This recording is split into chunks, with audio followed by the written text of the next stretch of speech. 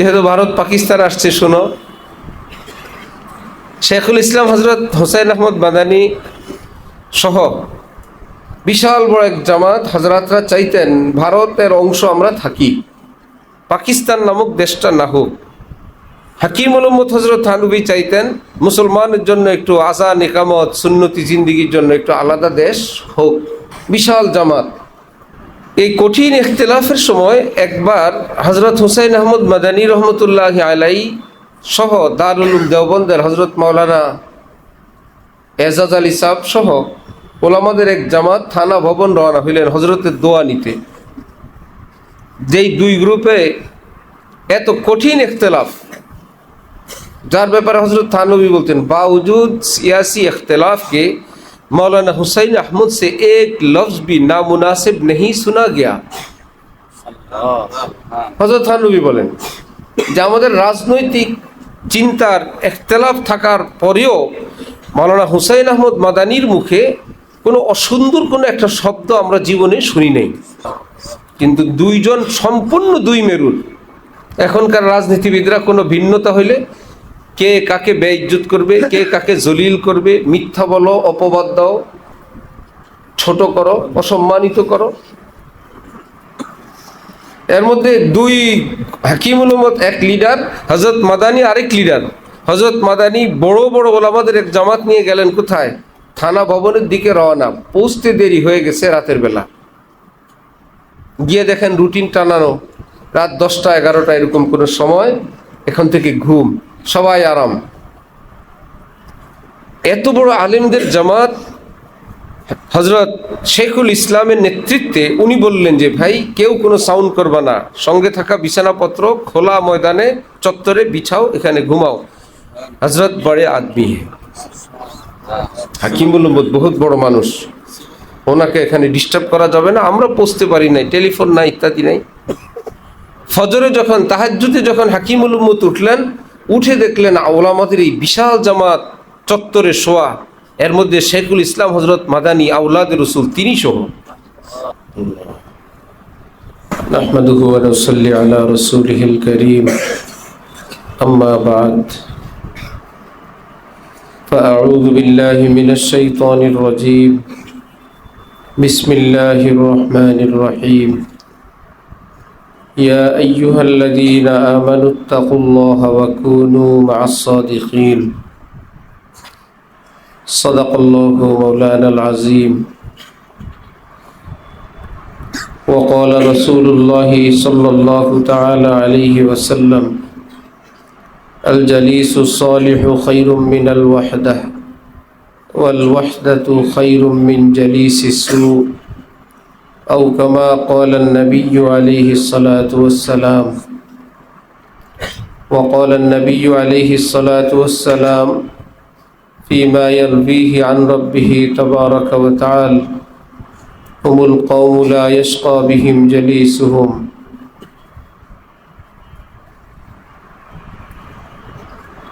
कोई मरता कोई जीता ही रहा, इश्क अपना काम करता ही रहा। यहाँ तो एक पैगाम जुनू है मस्तों को, यहाँ तो एक पैगाम जुनू पहुँचा है मस्तों को। उन्हीं से पूछिए दुनिया जो दुनिया को समझते हैं, उन्हीं से पूछिए दुनिया जो दुनिया को समझते हैं। লিকুল্লি ফান্নিন রিজাল। আল্লাহ পাক এই পৃথিবীতে বহু মানুষ, বহু জৌকের, বহু রুচির, বহু পেশার, দায়িত্ব কর্তব্যের সৃষ্টি করেন। কিছু তাকওয়িনি মুআমালা, এর মধ্যে আল্লাহ পাক কাউকে রাস্তার ঝাড়ুর কাজ দেন, কাউকে দিয়ে আল্লাহ পাক কৃষির কাজ করান, কাউকে দিয়ে নদী পথে চলাচল সেটা করান, কাউকে দিয়ে জাহাজ উড়ান, কাউকে দিয়ে ধানের কাজ করান, কাউকে দিয়ে চালের কাজ, আটার কাজ করান, কাউকে দিয়ে তিনি আবার মশলা আমদানি রফতানি করান, কাউকে দিয়ে তিনি ঔষধের কাজ করান। এগুলো তাকওয়িনি, অর্থাৎ এই পৃথিবীটাকে টিকায় রাখার জন্য চুপে চুপে সব তিনিই করেন। এমনও তো হইতে পারত যে সকলে অন্যান্য ব্যবসা করে, কেউ বিদেশ থেকে মশলার ব্যবসা করে না। যারা রাস্তাঘাট ঝাড়ু দেয় তারা বলল, আমাদের বলার কার কাছে কি বলার প্রয়োজন, কোনো কৈফিয়তের প্রয়োজন নাই। একে একে এখন আর রাস্তাঘাটের ঝাড়ুদার সুইপার এখন আর নাই। তাহলে এই শহরে এই পৃথিবীতে বেঁচে থাকাও সম্ভব না।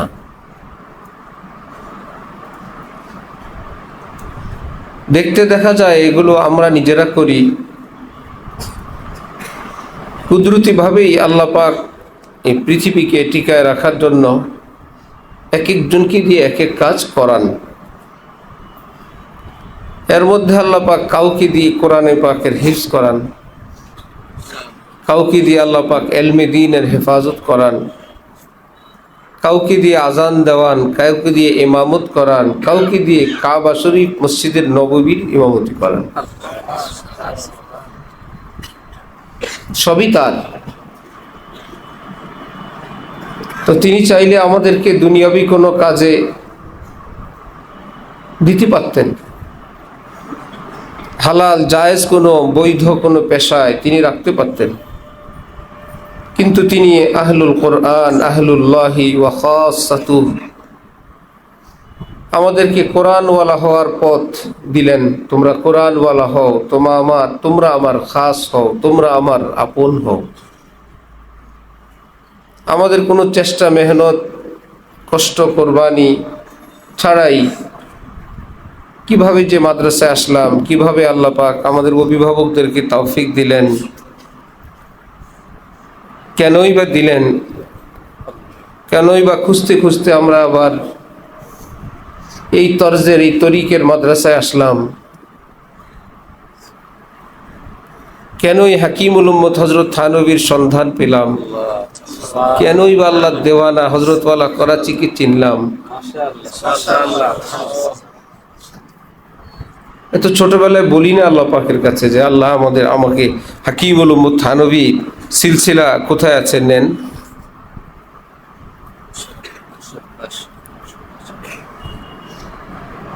হযরত ওয়ালা করাচি রহমতুল্লাহি আলাইহি বলতেন, গত সপ্তাহে মনে হয় বলছিলাম, কাউকে যখন আল্লাহ পাক আল্লাহর ওলি বানাবেন, সর্বপ্রথম কাজ হলো আল্লাহ পাক তাকে কোনো ওলির সন্ধান দিয়ে তার মোহব্বত দিলে ঢেলে দিবেন।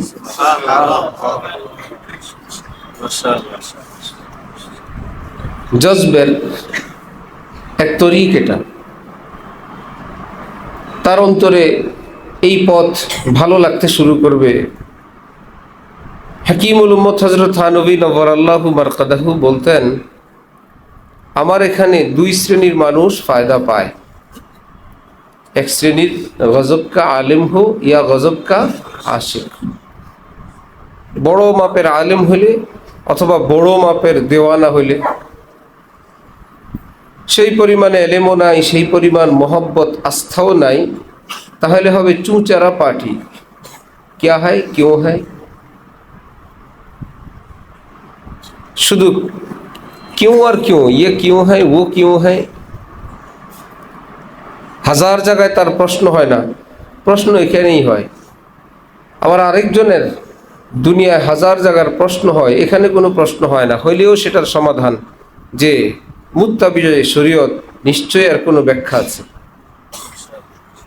ইত্তেবায়ে শরীয়তের অবশ্যই কোনো ব্যাখ্যা তার মধ্যে আছে, এবং সেটা বুখারী শরীফের ইমাম বুখারী বলেন, আল আরওয়াহু জুনুদুম মুজান্নাদাহ ফামা তাআরাফা মিনহা ইতালাফা ওয়া মা তানাকারা মিনহা ইখতালাফা। আল্লাহ পাক যখন রূহগুলো সৃষ্টি করেন, একত্রে ছিল, যে রুহগুলো কাছাকাছি ছিল, মুখামুখি ছিল, দুনিয়াতে আসলে তাদের পরস্পরে মহব্বত হয়ে যায়। যে রুহগুলো দূরে ছিল, উল্টা দিকে ফেরানো ছিল, হাজার চেষ্টার পরেও দুনিয়াতে আসার পর এই রুহের পরস্পর আন্তরিকতা, গভীর মহব্বত, মিল মহব্বত পয়দা হবে না। ইখতালাফা। যখন কোনো এইরকম শেখ হক্কানি সিলসিলার খুব ভালো লাগে, মহব্বত লাগে, শ্রদ্ধা লাগে, দিলে টান লাগে, কথায় বড় ফায়দা হয়, হযরত থানভী রহমতুল্লাহ আলাইহি বলেন এটা আলামত হলো এই উভয়ের গ্রুপের রুহের গ্রুপ এক। ব্লাড গ্রুপ যেরকম ব্লাড নিতে হলে গ্রুপ মিলাইতে হয়, ঠিক কোনো মানুষ থেকে আল্লাহর মহব্বত মারিফতের দৌলত অর্জন করতে হইলে আরেকটা জিনিস মিলাইতে হয়, যে ওনার রুহের গ্রুপ আর আমার রুহের গ্রুপ এক কি না। আর সেটার সিমটম, সেটার আলামত হলো যে এই সমস্ত যেগুলো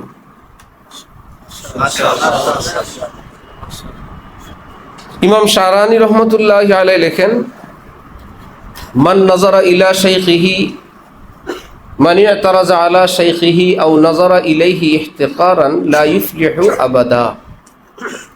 যে নিজের দ্বীনি মুরব্বী শাইখের উপর অভিযোগ করে অথবা তার দিকে তুচ্ছ তাচ্ছিল্যের ভাব নিয়ে দৃষ্টি করে তাকায়, লা ইফলিহু আবাদা, সে কশ্চিনকালেও আল্লাহ পাবে না, মঞ্জিল পর্যন্ত পৌঁছতে পারবে না। যার জন্য আমাদের মাশায়েখে কেরাম দেখবা যে মজমা, মাহফিল, বয়ান সবাইকেই বায়াত করেন না, যে ভাই কার মুনাসাবাত আছে, যার মুনাসাবাত সে বায়াত হইলে ফায়দা হবে। আলোক বায়াত করেন মজলিসের পরে আলাদা জায়গায়, অথবা মুনাজাতের পরে, অথবা ঘোষণা দিয়ে যে যারা বায়াত হবেন তারাই। কারো মুনাসাবাত না হওয়াটা এটা শায়েখের কিংবা ওই সালেকের, আল্লাহ প্রেমিকের দুইজনের কারোরই কোনো কিছু খারাপ হওয়ার কোনো বিষয় না। ভাই মুনাসাবাত নাই, এই শব্দের ব্যবহারই নাই। যে মুনাসাবাত একটা শব্দ তাসাউফ এবং তাসকিয়ার জগতে, এটার কোনো ব্যবহার, এটার কোনো আলোচনাই নেই।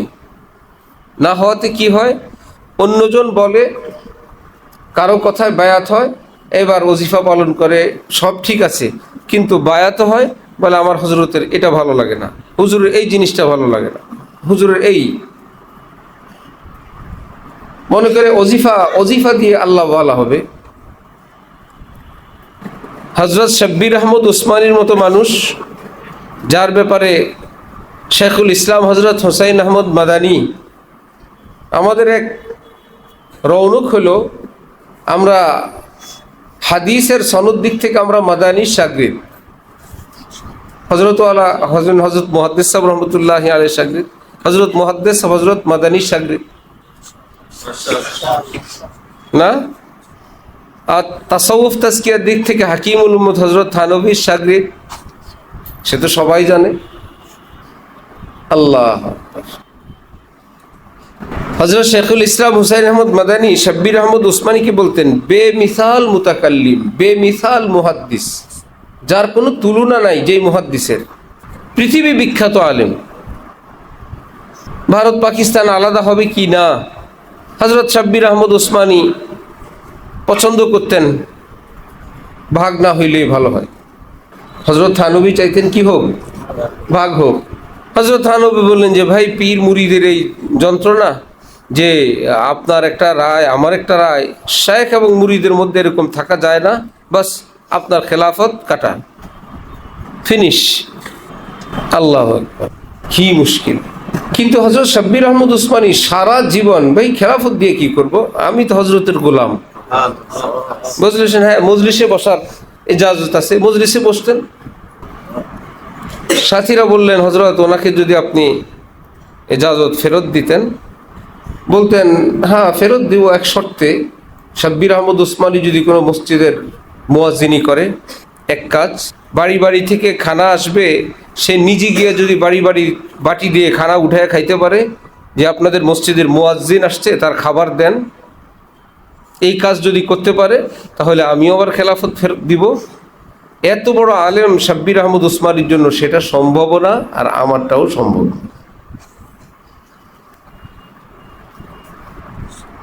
বুঝেন? যেহেতু ভারত পাকিস্তান আসছে, শোনো, শেখুল ইসলাম হজরত হোসেন আহমদ মাদানী সহ বিশাল বড় এক জামাত হজরতরা চাইতেন ভারতের অংশ আমরা থাকি, পাকিস্তান নামক দেশটা না হোক। হাকিমুল উম্মত হজরত থানভী চাইতেন মুসলমানের জন্য একটু আযান ইকামত সুন্নতি জিন্দিগির জন্য একটু আলাদা দেশ হোক। বিশাল জামাত। এই কঠিন ইখতিলাফের সময় একবার হজরত হুসাইন আহমদ মাদানী রহমতুল্লাহ আলাই সহ দারুল উলুম দেওবন্দের হজরত মাওলানা এজাজ আলী সাহেব সহ ওলামাদের এক জামাত থানা ভবন রওনা হইলেন হজরতের দোয়া নিতে। যেই দুই গ্রুপে এত কঠিন ইখতিলাফ, যার ব্যাপারে হজরত থানভী বলতেন बावजूद सियासी इख्तिलाफ के मौलाना हुसैन अहमद से एक लफ्ज भी नामुनासिब नहीं सुना गया। হজরত থানভী বলেন যে আমাদের রাজনৈতিক চিন্তার ইখতিলাফ থাকার পরেও মৌলানা হুসাইন আহমদ মাদানীর মুখে কোনো অসুন্দর কোনো একটা শব্দ আমরা জীবনে শুনি নাই। কিন্তু দুইজন সম্পূর্ণ দুই মেরুর। এখনকার রাজনীতিবিদরা কোনো ভিন্নতা হইলে কে কাকে বেইজ্জত করবে, কে কাকে জলিল করবে, মিথ্যা বলো, অপবাদ দাও, ছোট করো, অসম্মানিত করো। এর মধ্যে দুই হাকিমুল উম্মত এক লিডার, হযরত মাদানী আরেক লিডার। হযরত মাদানী বড় বড় ওলামাদের এক জামাত নিয়ে গেলেন কোথায়?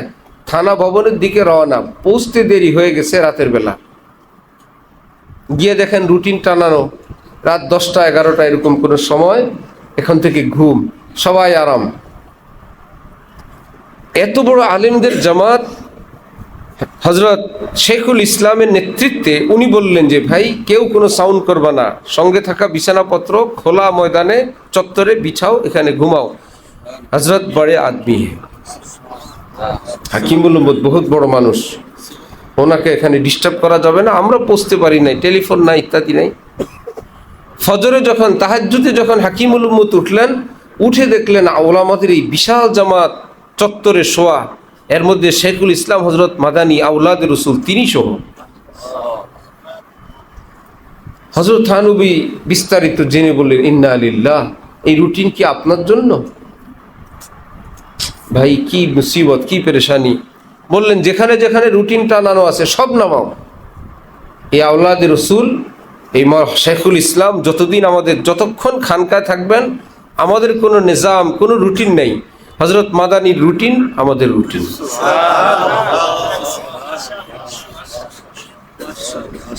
ফজরের ওয়াক্ত হইল।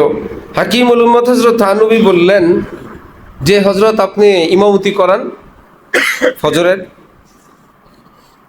হজরত মাদানীকে বলা হয়তো আখলাকের পুতুল, ভীষণ খালিক ছিলেন। হজরত মাদানী সাহেব বললেন যে আপনার কিছু ভক্তবৃন্দ আমার উপর ভীষণ ক্ষিপ্ত, আমি ইমামতি করলে আমার পিছনে নামাজ পড়াও তারা পছন্দ করবে না, আপনারা একজনে পড়ান, আমি পিছনে পড়ি। হজরত থানভী বললেন না, আপনিই পড়াবেন। হজরত থানভী জোরে উঠলেন, এলান করলেন আজকে ইমামতি করবে শেখুল ইসলাম হজরত হুসাইন আহমদ মাদানী, আমি আশরাফ আলী ওনার পিছনে নামাজ পড়ব, যাদের মন চাই পড়ো, মন না চাইলে অন্যদিকে ভাগো। তার মানে পরিস্থিতিটা সত্যিই কেমন ছিল যে এলান করা লাগছে। হজরত নামাজ পড়াইলেন। নামাজের পর হজরত থানভী রহমতুল্লাহ আলাই মুসল্লিদেরকে বললেন আমার বিশ্বাস আজকে হজরত হুসাইন আহমদ মাদানীর ইমামতিতে নামাজের বরকতে আল্লাহ পাক আমাদের নামাজ কবুল করে নিছেন। উলাইকা বাই ফাজিনি বিমিসলি। অথচ দুইজন কিন্তু ইখতিলাফ চরম, ভীষণ ইখতিলাফ। ভাই একটা বিষয় নিয়ে ইখতিলাফ। মুফতি শফি সাহেব রহমতুল্লাহ আলাইহি বলতেন এই ইখতিলাফ সম্পর্কে যে ইখলাসের সঙ্গে হজরত মাদানী চাইতেন ভারত ভেঙে না যাক, এখলাসের সঙ্গে হাকিমুল উম্মত হযরত থানভী চাইতেন ভারত ভেঙে পাকিস্তান হোক। কারণ এখলাসের মধ্যে কোনো কমতি নেই। আমরা সিলেটে গেলে আমাদের হযরত ওয়ালার সাথে একজন হযরত ওয়ালাকে জিজ্ঞেস করলেন যে হযরত মাদানী হযরত থানভী সম্পর্কে আপনি কিছু বলেন। বিভিন্ন এলাকায় বাংলাদেশের বিভিন্ন জনের মাথায় এক সাইডে একটু গোবর আছে, অর্থাৎ আমরা এই হুজুরের দলের লোক। আশ্চর্য কথা, কোন হুজুরের দল কি আবার এখানে দুনিয়াতে এই গ্রুপবাজি এবং একজনের ভক্ত হয়ে আরেকজনকে বেইজ্জতি করার জন্য এই মেজাজ? আশ্চর্য কথা। হযরতকে বললেন হযরত থানভী এবং হযরত মাদানী কি নিয়ে কিছু বলেন। হযরত বললেন যে আজব কথা, আমি কি বলবো ওনাদের দুইজন? হ্যাঁ বলতে পারি, ওনারা দুজন আমাদের আকাবির, দুজন মস্ত বড় আল্লাহওয়ালা, দুজন বড় আলিম দ্বীন, দুজন মুখলিস, দুজন দেওবন্দি, দুজন হানাফি। হইছে? পাইছেন দুজনের হিসাব? আর কি শুনতে চান? এমন কোন গ্রুপিং তো আমরা পড়ি নাই, জীবনে শুনি নাই। ভাই আল্লাহ পাক যার দ্বারা যে কাজ নেন। হযরত মাদানীকে প্রশ্ন করা হলো কত ইখতিলাফ। হযরত, এই তোমার চশমা কি হয়েছে? আধা ঘন্টা যাবত চশমা ঠিক করো, সামনে বসে চশমা মেরামত করে এখানে।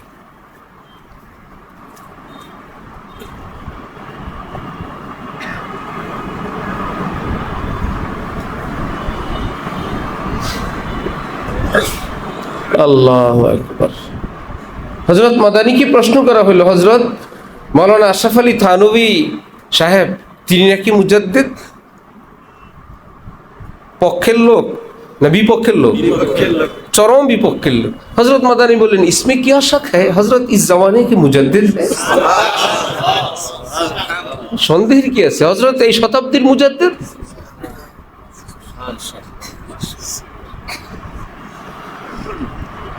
তিলকার রুসুলু ফাজ্জালনা বা'দাহুম আলা বা'দ।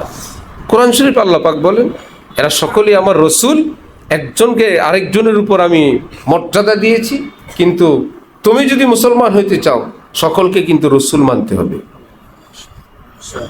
আমানতু বিল্লাহি ওয়া মালাইকাতিহি ওয়া কুতুবিহি ওয়া রুসুলিহি।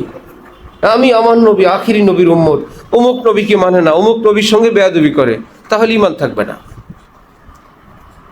আমি আসমানি কিতাব কোরআন মানি, তাওরাত জাবুর ইনজিল, যা আসমান থেকে যেটা অরিজিনাল আসছে সেটা সম্পর্কে মুখ খোলেন। আমরা কোথায় চলে গেছি? কোন একজন হুজুর, কোন একজন তালেবের নিকট, তালেবে এলেমের নিকট কোনো বিষয় তার কাছে ভালো লাগে, লাগতেই পারে। তার মানে কি অন্যান্য হুজুরকে ছোট করতে হবে? অন্যান্য হুজুরের এক দুইটা বদনামও করতে হবে? মানে অল্প একটু বুঝে বাকিটা বুঝে না, ব্যালেন্স রক্ষা করতে পারে না। তিলকার রুসুল ফাদ্দালনা বা'দাহুম আলা বা'দ। বাজের উপর বাজের ফজিলত আল্লাহ পাক বলতেছেন, কিন্তু আবার বলতেছেন বলো আমানতু বিল্লাহ ওয়া মালাইকাতিহি ওয়া কুতুবিহি ওয়া রুসুলিহি। শ্রদ্ধা, ভক্তি, সম্মান, মর্যাদা করতে হবে সবাইকে। জন্য এই জীবনে, এই পৃথিবীতে, বিশেষ করে এই সময় আমাদের যে সমস্ত ওলামা হযরত দ্বীনের খিদমাত করেন বিভিন্ন সিলসিলার, গোপন একদিন হযরত ওয়ালার থেকে জেনে ফেললাম, হযরত বলেন আমি প্রতিদিন দোয়া করি পৃথিবীর যত মাশায়েখ কেরাম আছেন সবার জন্য।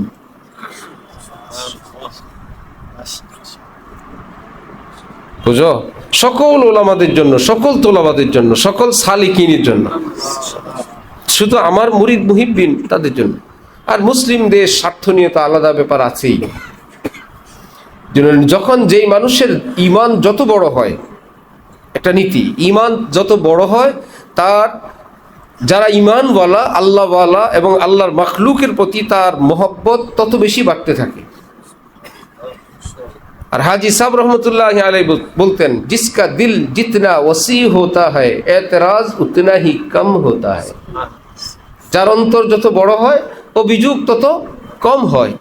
যার অন্তরের পাত্রটা বেশি ছোট হয় তার অভিযোগের কোনো শেষ নাই, ঘরে বসে জ্বলতে থাকে, পুড়তে থাকে। অমুক নেতার জন্য সে জ্বলে, যার সঙ্গে দেখাও নেই, কোনো কাজও নাই, এমনি জ্বলতে থাকে, কোনো হজম শক্তি নাই। বলে না, যে মানুষের হজম নাই, যা খায় তাই বমি করে। ছোট্ট পাত্রে এক দুইটা কই মাছ রাখতে সারা রাত দেখবা ঝড় আর ঝড় চলছে, ঠিক না? শৈল মাছ রাখলে তো কথাই নেই, ভূমিকম্প চালায় দিবে সেখানে। হযরত শাহ আব্দুল গনি ফুলপরি হাকিমুল উম্মত হযরত থানবীর মাথায় তেল তুল দিয়ে ঘুমাইছেন। হযরত থানবী বলছেন ঘুমায় থাকো, ঘুমাইছেন। আল্লাহ, হযরত ফুলপরি ঘুমের মধ্যে খুব লাফালাফি করতেন, পা নাড়তেন এত বেশি। হযরত থানবী সে চৌপায় যে খাট, ওটার নিচে ঢুকে গেছেন গড়াইতে গড়াইতে, আর এদিকে লাথি, ওদিকে ঘুমের মধ্যে। হযরত থানবী সকালবেলা উঠে বললেন যে ভাই মৌলভী আব্দুল গনি রাত ভর পায়ে আরশ কো হেলাতে রহে, আরশের পায়া সারা রাত কাঁপাইতে থাকছে। আরশের এক অর্থ খাট, খাটের এই নিজেদের জৌক মেজাজ যখন ভাই হইতে পারে কোনো হজরত এরকম, ভাই আরেক হজরত আরেক জৌকের। আমাদের ওলামায়ে দেওবন্দের কেউ খুব কম খাওয়া পছন্দ করতেন, এমনকি রোজার দিন বিশেষ করে অল্প একটু খেয়ে ইফতারে বাস নামাজে। আবার এই দেওবন্দি ওলামায়ে কেরামের কেউ কেউ ছিলেন যে আরে ভাই লিসাইমি ফারহাতান, ফারহাতুন ইনদা ফিত্রি ওয়া ফারহাতুন ইনদা লিকাই রব্বি। আল্লাহ পাক বলছেন নবীর জবানে যে রোজাদারের বিশেষ দুইটা খুশির সময়, একটা ইফতারের সময় আর একটা আল্লাহর সঙ্গে দেখা হবে সেই সময়। তো ইফতারের সময় একটা খুশির সময়, খুশির সময়টা ছোট ভালো না লম্বা ভালো? একটু ভালো করে খাই। দিনভর তো রোজা ছিলামই, একটু খাইলই। আরেকজন খেজুর খেয়ে মসজিদে চলে গেছে। এখন আসবে তোমার মুনাসাবাত, বুঝছো? দুজন আল্লাহওয়ালা। এবার তুমি যেই পার্টিতে যোগ দাও যাও, খেজুর খেয়ে মসজিদে যাও, পানি বোতলে পানি পকেটে নিয়ে। কিন্তু আরেক সাহেব তিনি খাচ্ছেন, হ্যাঁ শুধু খায় শুধু খায়, এটা বলা যাবে না। হইতে পারে মেজাজের ভিন্নতা। হযরতওয়ালা করাচি খানকা করে কি বলছেন মজা করে, মুনাসাবাত পরীক্ষা করার জন্য, যাদের হাসতে বলতে পারো, দোস্ত আহবাবের সঙ্গে চলতে পারো, পরিষ্কার পরিচ্ছন্ন থাকতে জানো, দুধ চায় বাস চুমুক দিয়ে পান করতে পারো, পোলাও কুরমা বিরিয়ানি এবং পরিষ্কার পরিচ্ছন্নতা থাকতে পারো, ওয়েলকাম, আমার এই খানকায় তোমাদেরকে দাওয়াত। যারা শুকনো রুটি পছন্দ করো, পুরান ছেঁড়া জামা পছন্দ করো, গাল বার করে রাখো পছন্দ করো, আল্লাহর হস্তে অন্য দিন। ভাই খামাখা আমার এখানে আসবা তোমার মাথা ব্যথা হবে। আল্লাহওয়ালা মানুষ আবার হাসে। মক্কার মুশরিকরা বলতো নবী বাজারে যায়, মালি হাজার রাসূল ইয়াকুলু তাআম ওয়া ইয়ামশি ফিল আসওয়াক। শুনছে লোক নবী, নবী বাজারে বি যায়, খানা বি খায়। নবী হইলে আবার বাজারে যায়, নবী হইলে খাবার খায়, কেমন নবী?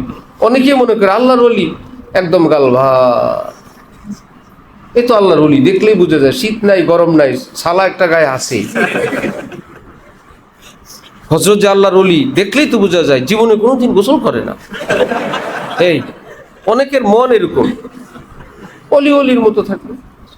হযরত থানবীর বাসায় এরকম বস্তা বুস্তা গায়ে দেয়া, জুম্বুল গায়ে দেয়া এক শয়তান আসছে, অলি আইসা হযরত থানবীর দরজা আওয়াজ দিছে। হযরত থানবী একদম ভুরু কুচকা, কি এখানে কি? ওই বেটা কি মানে আপনি আমাকে কি মনে করেন? হ্যাঁ, সব জঙ্গলকে খালি মনে করবে না, জঙ্গলে ভাগও থাকতে পারে। এরকম সব মানুষকে আপনি জানতেন মনে করবেন না, আমি তো আল্লাহর ওলি হইতে পারি। হযরত থানবী বলেন এক চিন্তা তো আপনিও করতে পারেন, আমি তো কিছু একটা হইতে পারি। হ্যাঁ, আপনি আমাকে থ্রেট দেন আপনি কিছু একটা হইতে পারেন, আমিও তো কিছু হইতে পারি, আপনারও তো সাবধান হওয়া উচিত। কোন বুজুর্গের দরবারে খুব গেটম্যান ছিল দারওয়ান, তার কোনো বন্ধু গিয়া দেখলো একদম সিকিউরিটি মিকিউরিটি এসব কি, গিয়া জোরে জোরে বলতেছে দারে দুর্ভেশা দরবার নবায়াত। অলিয়া উলিয়া দরবেশদের এরকম দরবারের গেটে কোনো সিকিউরিটি দারওয়ান ফারওয়ান থাকা ঠিক না। দারে দুর্ভেশা দরবা নবায়াত, দরবেশদের, দরবেশ যেটা বাংলায় ওটা ফার্সিতে কি দুর্বেশ। দারে দুর্ভেশা দরবা নবায়াত। তো যেই বুজুর্গকে বলছে উনি তো বুঝছে যে আমারে বলে, তিনি আবার বলছেন বেবায়াত তা সাগে দুনিয়া নায়াত। থাকা চাই, দুনিয়ার কুত্তা মুত্তা যাতে ঢুকতে না পারে।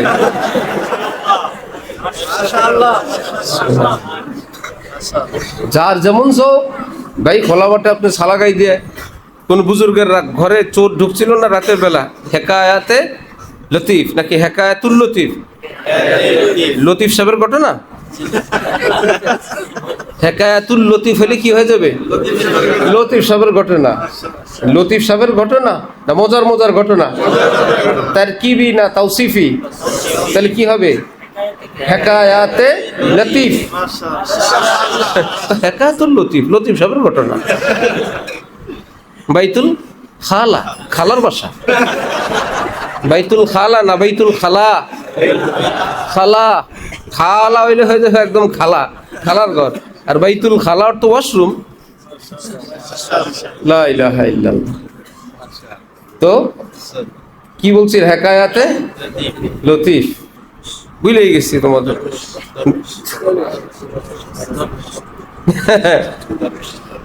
দরে দুর্বেশা চোর ঢুকছে, সাবাস।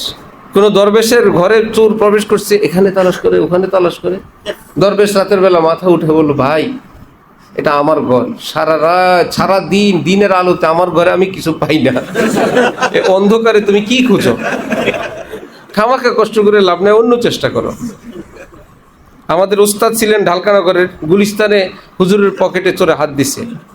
হুজুর পিছনের দিক তাকায় বলে, টাকা ওই পকেটে।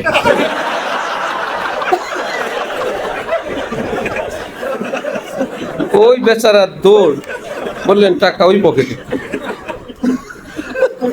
হুজুর এইভাবে হাসতেন না, কথা বলতেন, আমাকে দম বাইরে যেত। যেহেতু আমি হুজুরের ছাত্র, তো কিছু তো থাকে। আমি রিক্সা দিয়ে আসতেছি যাত্রাবাড়ি চৌরাস্তা, আমার মোবাইল হাতে, টার্গেট করছে ভদ্রলোক, মানে খাবার দিবে অনেকক্ষণ ধরে। আসলে আমি বললাম, কি লাগবো? এই যে দৌড়, না না না, বললাম কি লাগবো, সে উল্টা দিকে দিছে দৌড়। আল্লাহু আকবার। সংক্ষেপে চোরের আর গল্প শুনো। এক লোকে কোট গায়ে দিছে, চোরের খুব পছন্দ হয়েছে, সারা দিন চেষ্টা করছে, এত সুন্দর কোট, ভাবছে এই বেটা বাড়িতে গিয়ে এত খুলে ঘুমাবে, রাতে চুরি করব। ওই লোকের ঘরে ঢুকে গেছে, ঘটনাক্রমে কোটওয়ালা কোট গায়ে দিয়ে এসেছে। জ্বালা। ভাবছি ঘুমের মধ্যে তো একটু এলোমেলো হয়, খুলেও যাইতে পারে। ঘুমায় গেছে, চোরে গায়ের থেকে কোট খোলা শুরু করছে। গৃহস্থ হালকা টের পায়া এক পাশ খুলে দিছে, আরেক পাশ টাইট করে রাখছে। জোরেও টানে না, ঘুম ভাঙবে, জেগে যাবে, বাধ্য। কোট নেওয়া যাবে না, কিন্তু সারা দিনও গেল, সারা রাত যাবে, কিছু একটা নেই। ভাবছে তার বাসায় কি আছে দেখি। খুঁজতে খুঁজতে গিয়ে একটা মটকার মধ্যে এগুলো চাউল আছে, চাউল নেই। চাউল নিবি কিসি করে, কিছুই পায় না। অন্ধকারের মধ্যে ভাবলো সময় কম, নিজের গায়ের জামাটা খুলে ওই যে কোটওয়ালার মাথার কাছে এমনি বিছাইছে, চাউল নিয়ে আসতে গেছে। চাউল আনতে গেলে কোটওয়ালা আসতে যা গায়ের জামাটা সরাই ফেলছে। চাউল তো বরাবর এসে ঢালছে, দেখা তো যায় না। ঢালার পর আশপাশে হাত দিয়ে দেখে জামাটা নাই। কি জ্বালা! এর মধ্যে কোটওয়ালার বউ সজাগ হয়ে গেছে, বলে ঘরে মনে হয় চোর ঢুকছে। কোটওয়ালা বলে না, ঢুকে নেই। দুইজনের তর্ক চলছে। চোর ওখান থেকে বলে কি না, চোর ঢুকছে, নাইলে আমার জামা নিল কে?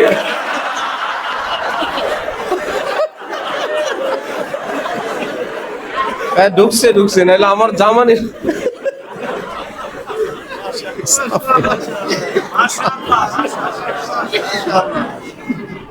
গল্প তো গল্প।